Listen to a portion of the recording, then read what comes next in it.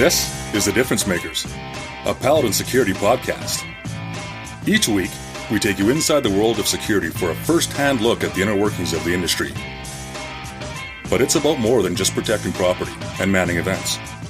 It's about going above and beyond to make the world a safer and friendlier place.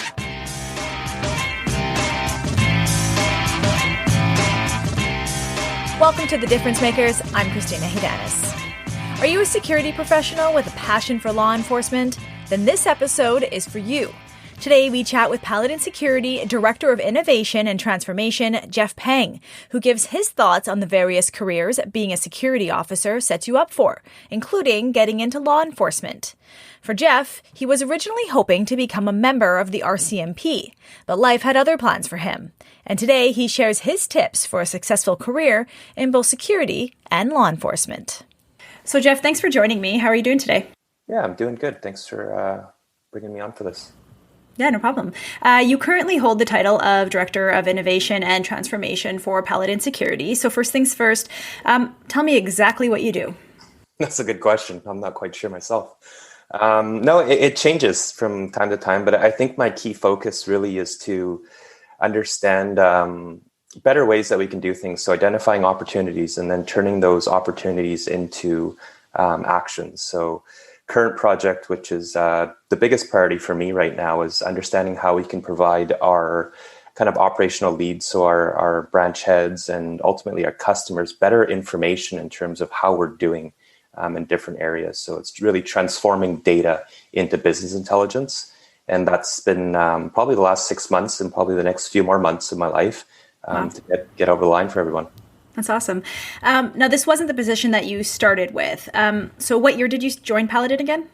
I started Paladin in 2009 as a security officer. So I was deployed to BCIT, which is one of our flagship programs here in Vancouver.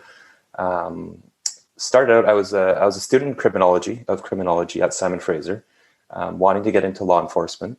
And I had a friend who worked at Paladin who said, hey, you should apply. Needed some cash at the time, so it made some sense.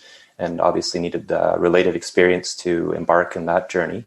So the stars aligned and I got the job with Paladin, and 12 years later, here I am. Wow, that's quite the journey that you have there. Mm-hmm. What was it like being a security officer when you first started? Was it tough to kind of get in the swing of things, or was it more natural for you? It was very interesting for me. I think a lot of people have their kind of stereotypes of what security officers do or kind of who they are. Having watched a lot of TV shows, that gets really highlighted. Like I'm thinking about Mall Cop, right, with Paul Blart. Yeah, exactly, right. But yeah, once you get into it, you realize there's so much more to it than that. The program that I was involved in, which I started as a security officer and kind of worked my way through the ranks within the site and finished off as a site manager before I left. It was very policy and procedure driven. So I think the standard operating procedures that we had to go through upon hire were 3-inch binders, about 900 pages of information, which is definitely overwhelming at first, right? So not only getting a handle on what you're supposed to do in each situation according to what the policy says, but then once you jump into different situations, having to kind of put what you've learned on paper into real life actions, really leveraging the team members that you have, the training that you go through. But it was a lot more than I thought it would be. A lot more difficult than I thought it'd be too. Right, for sure. Now, what kind of skills do you think make a good security officer? Like, are they skills that you can learn, or are they skills that just come naturally? Like, what was it like for you in that case? I feel like everybody could learn anything if they apply themselves and like want to learn it. So I think there's some things that come more naturally to some than others. I'm thinking about when you're approaching a large group of people where you're wearing a uniform, it really changes the dynamic of kind of how you interact with them and your approach to that, right? So it's being able to come in with a softer approach and be relatable and get them to understand that you're really just there to, in the case of being in a school, is to create a safer learning environment for people. So I think drawing from some life experiences can definitely help. But if you don't have that, Paladin is such a big proponent of training and investing in our people. So developing the skill sets that they need to really excel in their careers. And I don't think I could say there's one blanket skill set that would apply for a security officer, because to me, in the time that I've been with Paladin, I've really learned like a security officer is not just like a security officer is a security officer is a security officer, right? Everyone is kind of unique, and the environments that they get put into require different skill sets. And even within the environment, different circumstances and situations require different things. So now, you were interested in joining the RCMP, but that didn't happen for you. So when you did first join Paladin, though, were you hoping to use it as a stepping stone to get there? Yeah, maybe to overshare a bit. So when I graduated from high school, got a lot of pressure to go to college. And to me, the most interesting thing I could take and study was criminology. So I spent a year in that. And then I started bouncing around between majors. So it took me actually 7 years to get my undergrad, because I kept bouncing around between schools and studying different things. And I was working throughout the entire time too, right? So it was a fun experience and journey within that. But I think when I hit year 6, I realized that all my friends had already graduated. They're already working their quote unquote grown-up jobs. And I was starting to fall behind. So it was actually a decision of what degree can I get the fastest based on what I've already completed. And criminology being the first thing I studied, there's obviously some interest in there for me. So it wasn't entirely based on that. But that's how I ended up getting my degree in crim. And being in criminology, like many others that are there, law enforcement is obviously a very attractive career opportunity for that.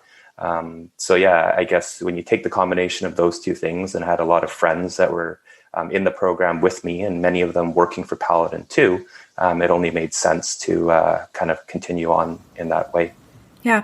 And so then when, I guess the RCMP didn't happen and you were continue to grow your career at Paladin, what was that like? Did you feel like this was a direction that, you know, the skills you learned from being a security officer could take you into a different career path with Paladin Security?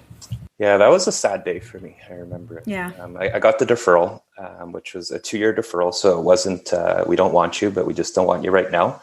And they gave me some things to work on, one of them being to gain more related experience and try to get into a supervisory role.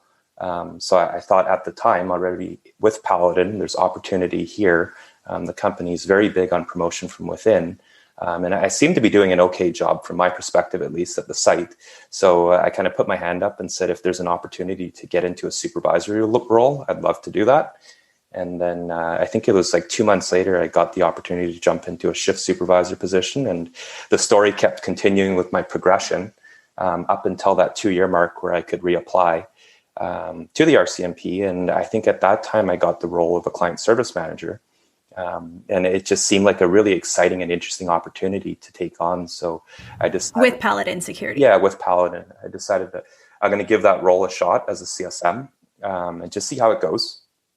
I was still wanting to get into law enforcement eventually, but I think it was about a year into that that I decided maybe law enforcement isn't for me. Like I really liked where I was at, and it was nothing negative against a career going that route, but I just really enjoyed what I was doing and the people that I was working with, and just kind of continued on with the journey. Now, you said it was a really tough day when you got that deferral from the RCMP. Did you feel like, you know, you didn't know what you were going to do and your world was upside down at that point, or what was it like? I mean, it's hard to look back now and think that because of where you are today, but what was that kind of like for you? Yeah, I think it was a little bit to do with my personality. It was definitely humbling. Growing up, I was very competitive, very much a type A type personality, especially in my early 20s. It was all about winning at whatever you do, and getting a note saying you're not good enough for us right now. It did kind of bring me back down to reality. So I would say in hindsight, and even quickly after it happened, I was able to kind of internalize and understand, okay, what can I do differently to make myself better for this opportunity the next time it comes up? And that's kind of my philosophy in life altogether. But yeah, it's really humbling as a 20-year-old kid who thinks you're on top of the world to get a letter saying you're not quite the person we're looking for right now. Yeah, I can imagine. Now, you mentioned some of your skills while being an officer and CSM. Can you explain to me how you can use those skills throughout your career in security or even in law enforcement? Yeah, so I think in terms of law enforcement specifically, I probably wouldn't be the best person to ask because I've never put myself in those shoes or never had the chance to put myself in those shoes to be able to speak informed about it. But throughout my time with Paladin, and I was trying to do some quick math too before we jumped on this call together, of how many people that I've met throughout my tenure that have become police officers in their career. And I think I got up to about 60 to 65 or so. Throughout my time. And of those people, I probably knew about a dozen very well. They were either friends before or became friends during. And many are still friends now as we've kind of moved on to different paths of careers. But I think in speaking with them and seeing what worked for them in terms of their applications, and the majority of them, hopefully all, but I know for sure the majority of them are doing well right now in their careers.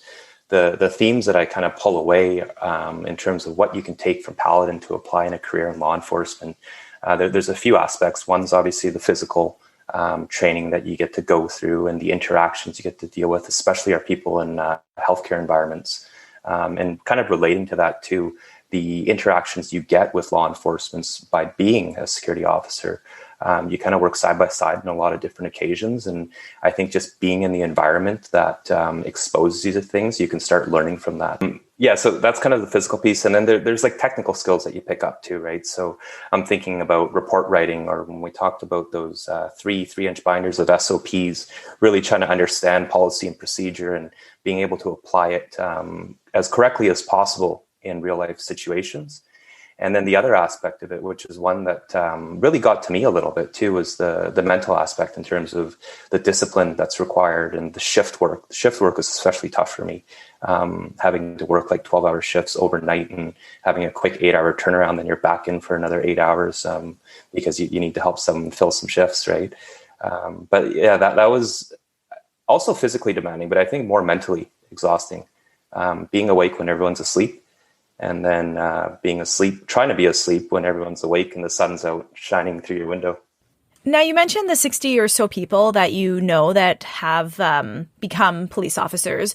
So tell me one of the first success stories that comes to mind. And I don't want to say success because people have long, successful careers as security officers. But what I'm wondering is if you've worked with someone as a security officer and they have since transitioned into law enforcement. Yeah, I think about, and going back to the story of how I started with Paladin, it was a friend at the time who referred me, and I was actually working side by side with him at the site. He was actually my supervisor, which I think he enjoyed quite a bit, having been friends for a long time and now all of a sudden being my supervisor. But he ended up within, I think, about a year and a half getting into the RCMP, where he's still now. Last I heard, he was deployed to Surrey, which is near enough to home. But yeah, that's kind of his journey. And I think a lot of people alike that grow through Paladin, and that becomes but it starts out as your reason for joining the company, but then you start to fall in love with things within the company too, that make you change your mind in terms of what you want to do. But yeah, going back to it, I could kind of share many, many examples, maybe without naming names of people that have gone on to their careers in law enforcement. They're extremely happy with what they're doing, but talking to each one of them, I do know that they're really appreciative of the experience that they had that helped them get there too. For sure. Now, there are a variety of careers in law enforcement with obvious choices like police officer, RCMP. But tell me a bit more about what other options there are out there. Yeah, and I think about maybe just externally a couple examples, like you can think about sheriffs or corrections or CBSA in terms of the border folks, all kind of related fields of law enforcement. When I think internally, it becomes interesting because I know when I was a security officer wanting to move up in Paladin, what I thought would be the only move for me was really to be an account manager, like a client service manager, because that's really the only exposure I had to the people in the office other than HR who gave me uniforms or the person who would check me in when I got there. But now kind of being in the company for as long as I have and seeing all the growth and opportunities, it's very surreal. Like there's so many different opportunities. We're not just a security company. Like we got sister companies and technologies and risk solutions and parking. But within that, you start to think about support services. So the different departments that help that engine keep moving, right? So HR is kind of a natural one to think of, but we've also got a very big IT team, a marketing team, which you're probably well aware of. We've got their national quality standards team, and finance is another big one. It's been really fun to see people coming out of the field and joining our finance team because they have accounting backgrounds, and then now all of a sudden they're doing something pretty different from where they started with Paladin, but they're still a part of the company, right? And I think having the understanding of what our people are doing on a day-to-day basis and kind of who we are as a company, what we want to achieve for our customers and for our staff, when they start to move into those positions within the office, you build that culture that you want, that really puts our clients and people first, and then kind of everything else should work to help support that, right? Yeah, for sure. That's such a good point.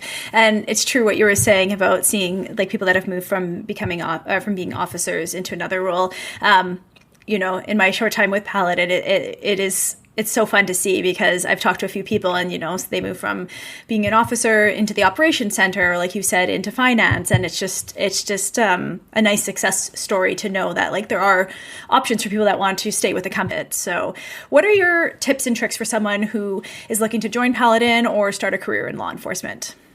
In terms of wanting to join Paladin, I think just put in your application, show up for your interview. One of the things I do see, and maybe I'm a bit traditional in the way that I think, is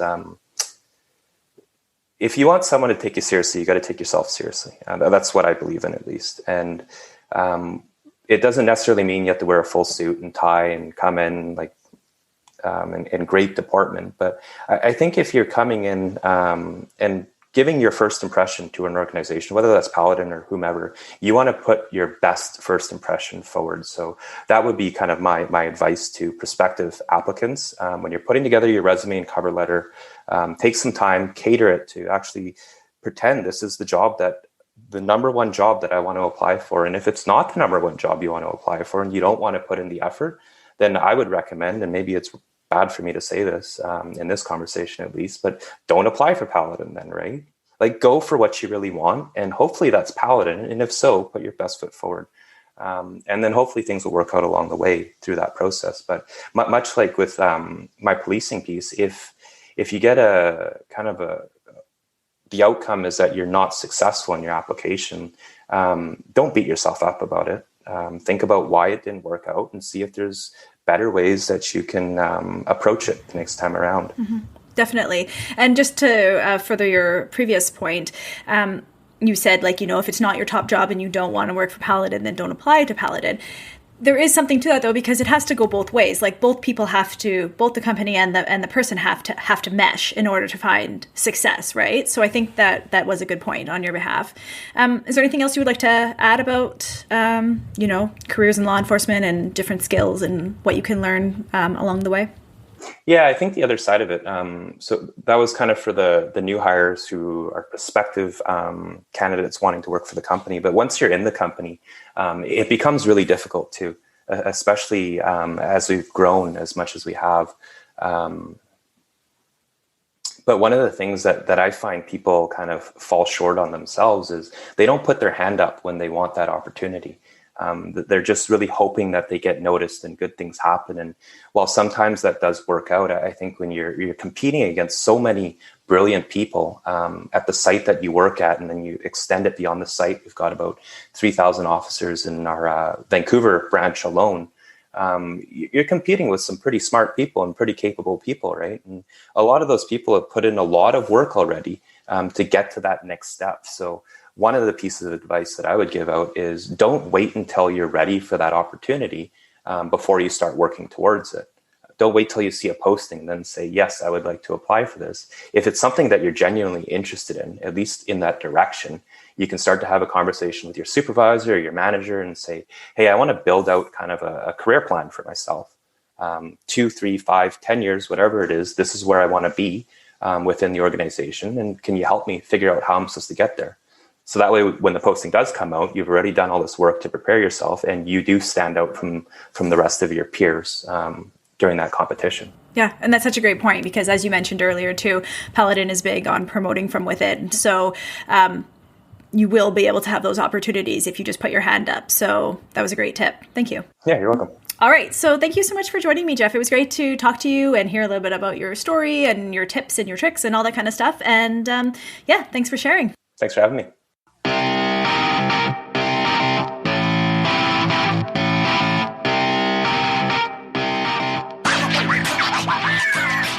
Thanks for tuning in, and be sure to check out the next episode of The Difference Makers, where we dive into mental health and hear what it's like to live with its struggles every day.